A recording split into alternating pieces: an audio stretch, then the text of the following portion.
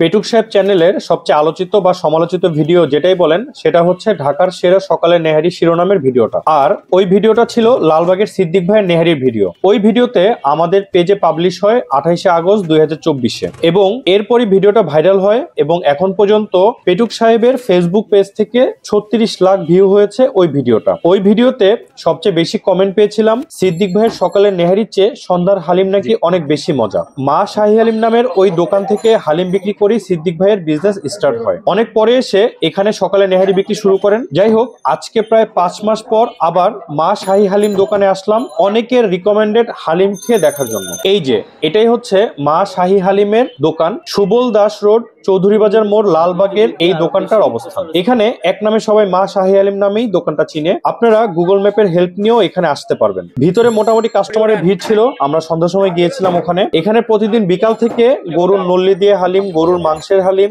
Chicken Halim, beef ঝুরা গোস্তের হালিম বিক্রি হয় আর সাথে নান রুটি বিক্রি হয়। আমরা বিফ নল্লি দিয়ে এক বাটি হালিম নিলাম। এই যে এটাই হচ্ছে সেই বিখ্যাত লালবাগের মা শাহী হালিমের বাটি। নল্লি দিয়ে এক বাটি হালিমের দাম পড়েছে 250 টাকা। এখানে একটা বেশ বড় সাইজের নল্লি ছিল, সাথে এক পিস রক পেয়েছিলাম আর নল্লির ভিতরে ক্যালসিয়াম দেখা যাচ্ছিল। হালিম দিয়ে খাওয়ার জন্য এক পিস নান রুটিও নিয়েছিলাম আমরা, দাম প্রতি পিস 20 টাকা। টেস্টের কথায় যদি আসি, হালিমের ডালটা একটুও মজা লাগে নাই। হালিমে যে গমটা ইউজ করা হয় সেটা থেকে একটা পুরনো গন্ধ পাচ্ছিলাম। হালিমটা দেখতে কিন্তু সেই রকম, হালিমের কালার, কোয়ান্টিটি সবই ভালো, কিন্তু খেতে ভালো লাগেনি আমার কাছে হালিমের ডালটা। নল্লি যেটা দিয়েছিল সেটাই একমাত্র সান্ত্বনা। নল্লির মাংসটা বেশ সফট ছিল, সাথে যে এক পিস রক পেয়েছিলাম সেটা দিয়েই নান রুটিটা খেলাম। ও আরেকটা জিনিস, নল্লির ভিতরে কিন্তু পুরোটাই ক্যালসিয়ামে ভরা ছিল। এখানে আরেকটা জিনিস জানিয়ে রাখি, আমাদের সকালবেলার নেহারি ভিডিওতে অনেকেই বলেছেন সকালে এসে ফিরে গেছেন, অনেকে দূর দূরান্ত থেকে আসছেন, কিন্তু এখানে নেহারি পান নাই বা নেহারি শেষ হয়ে গেছিল। তো এই কথাটা চিন্তা করে